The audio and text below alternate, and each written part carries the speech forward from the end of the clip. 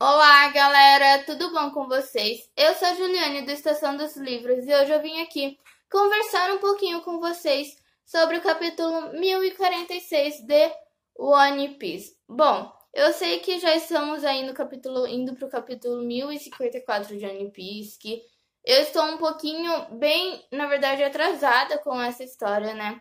Mas é que eu precisei focar em outras coisas na minha vida, focar na entrega do meu TCC, para que eu conseguisse voltar a acompanhar One Piece, voltar a acompanhar essa história que eu amo muito, que é a minha história favorita da vida, né?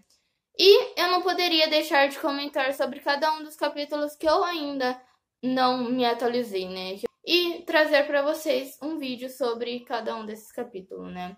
Então, hoje a gente vai conversar um pouquinho sobre o capítulo 1046, que é intitulado Raizo, e logo a gente vai ver, né, mais pra frente, que o Raizo é uma peça muito importante ali para apagar o fogo ali que está consumindo toda a Onigashima e que está deixando todos os personagens ali, tanto os aliados, os chapéus de palhas, aliados dos samurais, até os subordinados do Kaido, sem ter para onde fugir, sem ter para presos mesmo naquele mundaréu de fogo que está consumindo o castelo.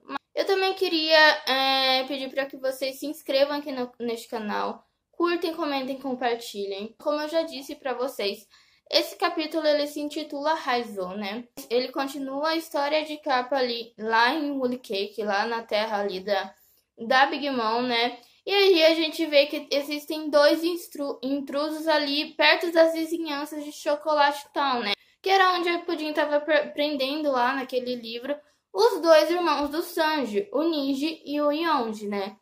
E ali então tem essas duas figuras que a gente não sabe ainda quem são, mas que provavelmente são os outros irmãos ali, os outros membros ali da família do Sanji, né?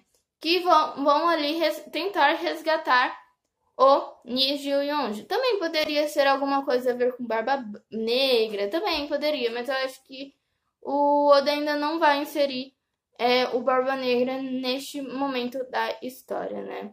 Então a gente continua este capítulo da onde o anterior terminou, né? Que o Luffy ele acerta ali o Kaido com um golpe, e aí o Kaido ele está refletindo, né, sobre a pessoa do Luffy, sobre o que está acontecendo com ele, né? Finalmente ele encontrou outra pessoa, alguém além do Oden, além daquelas pessoas específicas que conseguem tancar ele, né? E aí o Kaido ele pergunta: quem é você, né?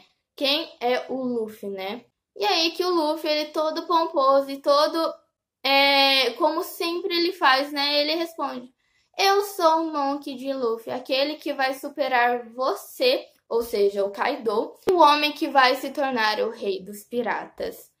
E o Luffy, ele é magnífico, eu amo todas as vezes que o Luffy fala que ele vai se tornar o rei dos piratas. E eu acho que, não só dessa vez, mas como todas as vezes que o Luffy, ele afirma que é Monkey D. Luffy, que ele vai conseguir se tornar o rei dos piratas, afirma ainda mais que, tipo, o Luffy é ele e que ele não poderia ser outra pessoa, que ele não poderia ser, por exemplo, a reencarnação do Joy Boy, ou porque ele é Monkey D. Luffy e ele está traçando o próprio destino dele, ele está traçando a própria história dele. E aí o Kaido ele se levanta e ele está todo feliz, ele está todo animado com o Luffy mesmo, sabe? Tipo, ele está bem feliz que a atitude atrevida do Luffy de estar sempre peitando o Kaido, de estar sempre falando que ele vai ser o rei dos piratas, que ele vai conseguir derrotar um dos Yonkous, que ele vai conseguir chegar na onde ele quer chegar,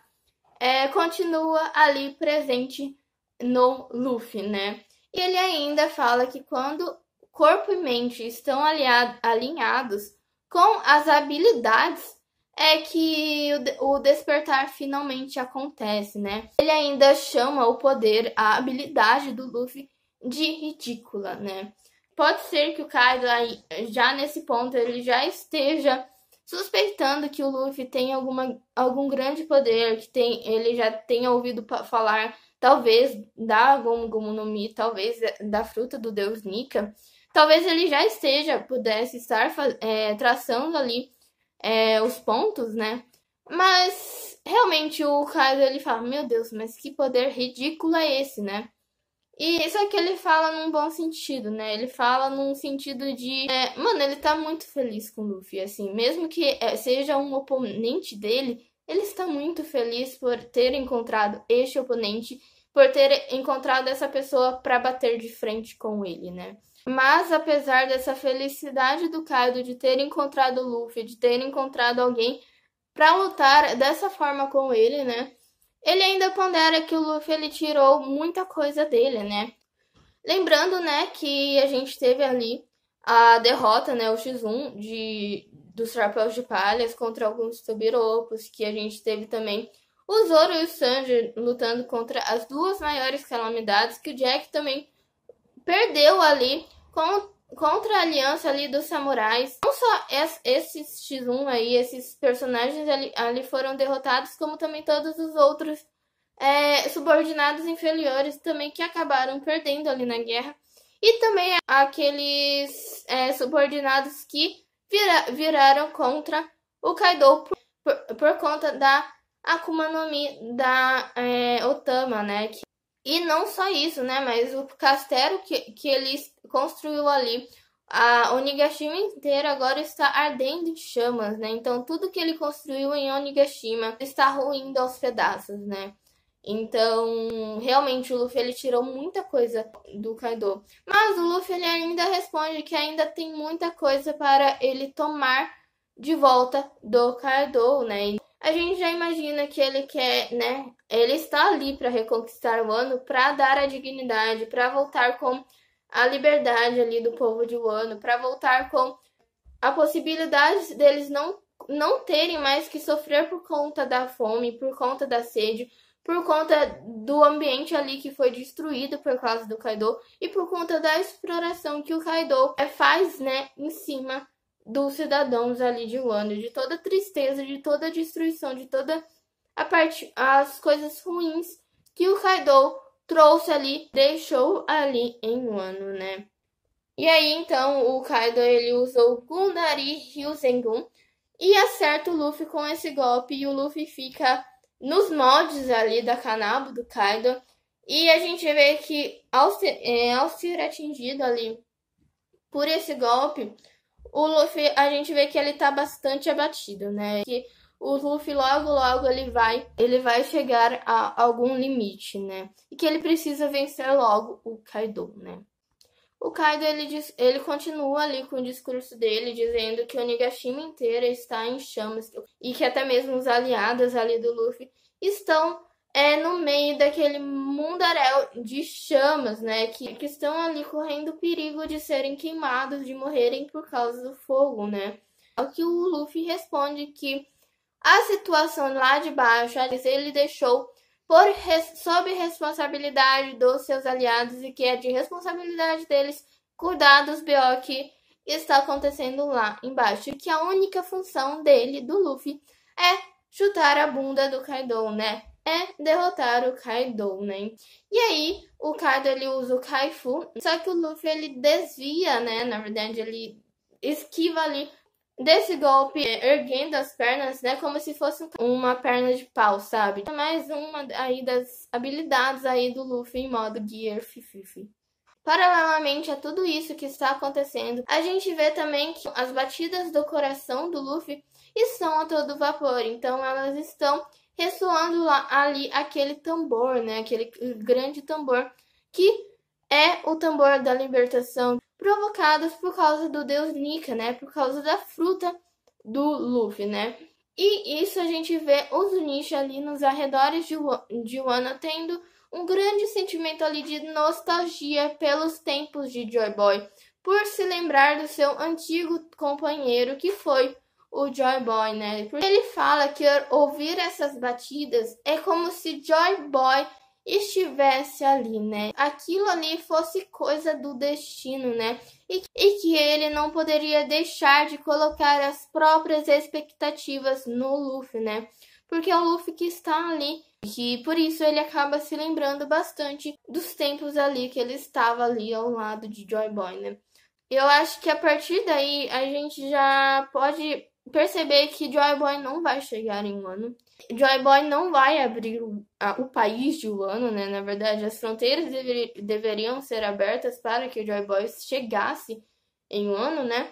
E que Joy Boy, na verdade, ele ficou no passado, né? Ele teve os grandes feitos dele ali, que marcou as pessoas por longas gerações que ficassem ali na esperança de que ele fosse voltar algum dia, né? De que a gente tem ainda mais a certeza, somando com aquela frase, com todas as vezes que o Luffy falou que ele é Monkey D. Luffy, que o Luffy ele nunca foi Joy Boy, que ele nunca nem foi a reencarnação de Joy Boy. Lembrando que, para mim, essa questão do Joy Boy é mais como o título. Joy Boy é mais um título, uma alcunha do que realmente é a pessoa, sabe? Tipo, é a mesma coisa, fazendo uma analogia aqui, é a mesma coisa o título de Capitão América, por exemplo. Existiu o Capitão América do Steve Rogers, só que o Steve Rogers acabou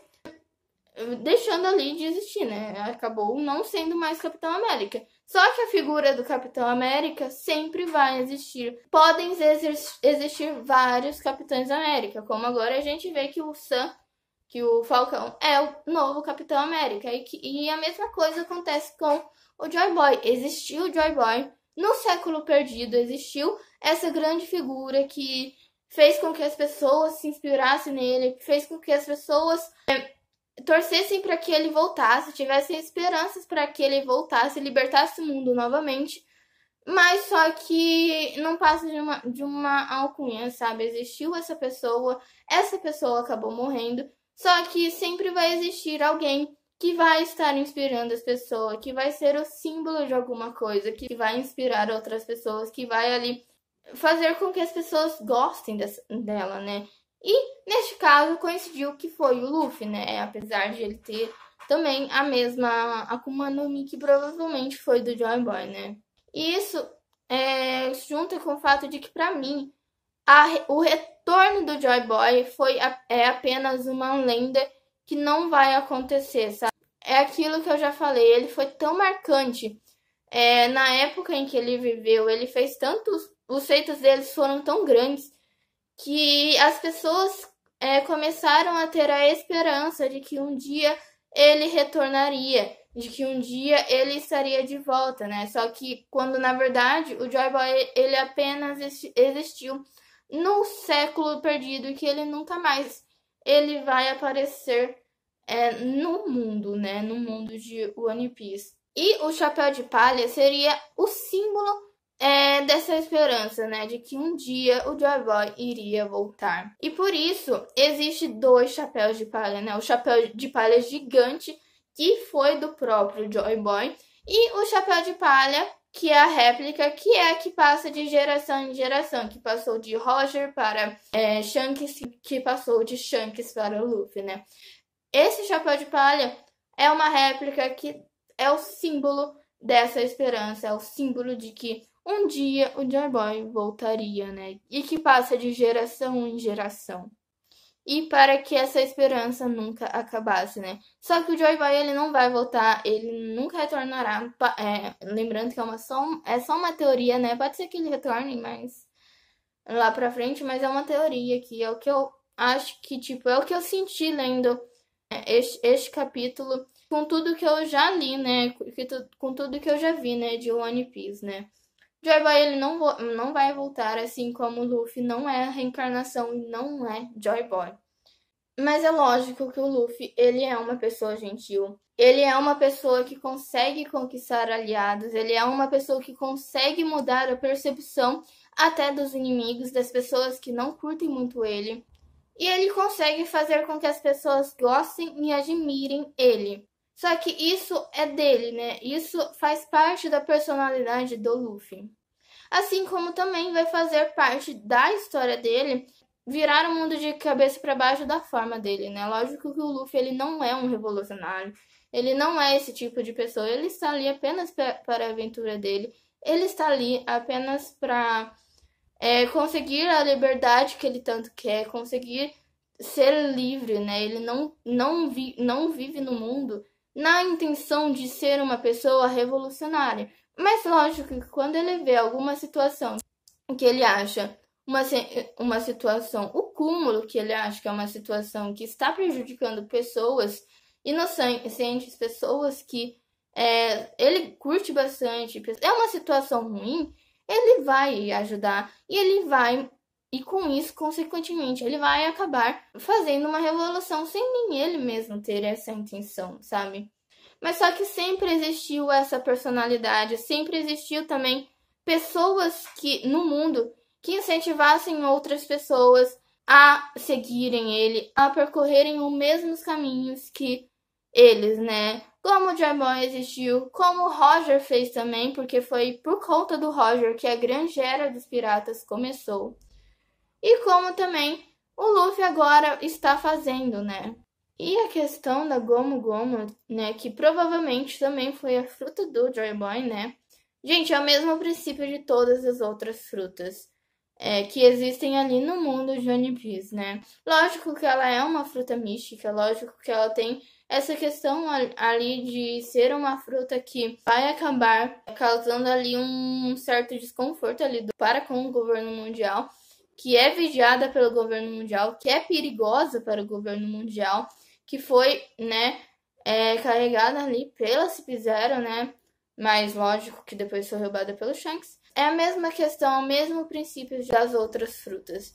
Alguém comeu, o Joy Boy comeu, ficou com ela, morreu. Ela surgiu em algum outro canto do mar, lógico que com os olhos ali, né, do governo mundial, para que ela não caísse nas mãos de mais ninguém. Acabou caindo na mão do Shanks. O Shanks descuidou, o Luffy comeu. Só isso, assim, tipo, eu acho que foi. Acho que é lógico que pode ter sido o destino, né? Mas só que assim, tipo, é só isso que aconteceu. Acabou que caiu nas mãos do Luffy. O Luffy comeu, como ele sempre come qualquer coisa comestível que ele vê na frente dele. E é isso. E o Luffy, calhou que a personalidade do Luffy com uma da fruta somou, assim, tipo, somou e casou. Mas é isso. E o fato de a Zunisha, né, se lembrar de Joy Boy e falar que ele está de volta, né? É porque o despertar da fruta ele vai acontecer para qualquer uma pessoa, né?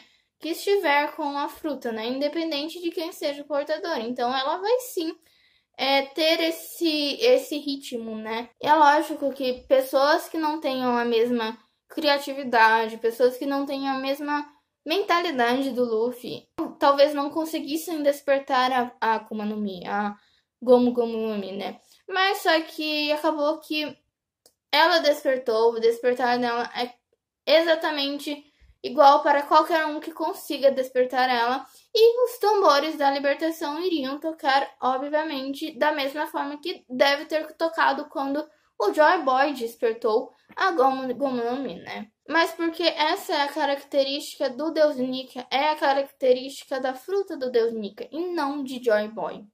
E o amanhecer que o Oda falou que vai acontecer por causa de Joy Boy não necessariamente precisa ser por causa dele. O amanhecer de Wano já está acontecendo com as fronteiras fechadas. Ali, o grande perigo ali, o que está ameaçando o Wano já está sendo derrotado. E tudo isso, o amanhecer já está acontecendo com o Wano fechada. E aí a gente já sai, né, desse cenário de Zunisha, Luffy, Kaido, né? E aí então a gente tem um panorama de todas as pessoas ali que estão dentro do castelo de Onigashima e que estão ali tentando fugir do fogo, que estão tentando não ser queimadas pelo fogo, né? Então a gente vê ali o Chopper indo em direção a Nami e totalmente preocupado com o Zoro, Sanji, com Jinbe, com todos os chapéus de palha. Ele está com muito medo de eles estarem presos no fogo, né? E a Nami diz, né, que mesmo que eles tentem achar os companheiros, o Onigashima inteiro está em chama e até mesmo onde eles estão está perigoso, está mergulhado ali em chamas, né? E que a única opção segura para eles era se Onigashima aterrissasse, né? O Chopper até mesmo pede para os Zeus usar a chuva dele, né? Mas o Zeus fala, e nesse mundaréu de chamas até eu vou ser queimado aqui por esse fogo forte que está ali ao redor deles, né? A gente muda ali, vê alguns randoms que estão ali presos no fogo. Depois a gente vê a tripulação do Law carregando o Beppo, que está ali sofrendo de calor, e eles pedem ajuda pro Law, né? Eles são muito dependentes do capitão deles, né? Já repararam que a tripulação do Law é muito dependente do capitão. A gente vê ali que alguns randoms ali eles estão super tristes com a situação do Brook, porque aparentemente ele tinha sido atingido pelo fogo inteiro, né? Que ele estaria queimado, mas aí o Brook ele fala, não, gente, eu sou assim mesmo, eu não fui chamuscado pelo fogo, né? O Brook ele fala ali com a Robin que eles precisam encontrar uma maneira de fugir dali. Só que a Robin fala, ih, eu acho que não tem, hein? E a gente vê ali o Sanji também acordado já, tentando fugir do fogo, mas só que ele fala que é impossível fugir e que mesmo que eles fugissem, né, o pátio ali não existe mais. A gente vê também ali o Apu mandando o Number que está com ele ali tentar abrir um caminho entre o fogo, né. A gente vê ali o Usopp, então, ele usando o Hisatsu Midori Boshi Sprinkler, que é tipo um borrifador, mas o carinha que está com ele fala que esse golpe aí é como se fosse uma gota dentro de um oceano, né? Mas o Usopp ele grita, né, todo bravo falando que ele prometeu pro Izo que iria salvar o Kinemon e a Okiko, né? E que até mesmo ele queria se salvar também, né? O Frank ele está ali correndo, né, com o Zoro desmaiado no ombro, né? Tentando encontrar o Chopper, né, para que ele pudesse salvar o Zoro, que está numa situação bem crítica. E por último, a gente vê então o Jinbe e o Raizou ali no quarto andar. Eles estão armando ali para fazer alguma coisa juntos, né? E aí então a gente descobre que desde o dia em que o castelo do Oden foi queimado, né, que o Raizou não pôde ter ajudado o Oden, não pôde ter ajudado a Toki, não pôde ter ajudado o Momonosuke nem a Hiyori, ele vem se preparando para alguma situação similar, né? E quando teve ali aquela grande enchente em Zou por conta do banho do Zunisha, né? Ele acabou, né, roubando, pegando a água para ele, aquela grande quantidade de água para ele, para usar em uma situação parecida, né? E aí o Raizou ele usa o Nippon Makimaki no Jutsu Zonomizuabi junto com alguns golpes ali do Jinbe. E aí, então, eles conseguem direcionar aquela grande quantidade de água para os andares ali que estão abaixo deles, né? Para conseguir conter o fogo, né? E aí a gente vê ali o Killer todo com a máscara rachada, sendo carregado pelos seus companheiros de tripulação, né? E a gente vê então a água chegando ali para salvar eles, né? E aí a gente muda ali para o céu de Onigashima, onde o Yamato e o Momonosuke estão, né? E o Yamato tá pedindo para que o Momo se apresse e faça logo as nuvens flamejantes para segurar o Onigashima. O Momo pergunta por quê, né? Sendo que o Kaido ainda tá vivo, só que o Yamato fala que o Kaido não vai estar em pé por muito tempo. O Kaido já está fraco, as nuvens já estão enfraquecendo e que agora o Momo ele tem que se apressar para criar as nuvens flamejantes, porque desde o início sempre foi assim. Esse era o único jeito, porque Onigashima vai cair. E aí então a gente vê o Luffy segurando um raio enorme mirando o Kaido, né? E o futuro está nas mãos tanto do Luffy quanto de Momonosuke. E foi isso, gente. Esse foi o meu vídeo de hoje. Foi o meu review, né, do capítulo 1046 de One Piece. E eu espero que vocês tenham gostado. Se vocês gostaram, curtem, comentem, compartilhem. E se inscrevam aqui neste canal, porque é muito importante para me incentivar e me motivar a trazer cada vez mais conteúdo de One Piece para vocês.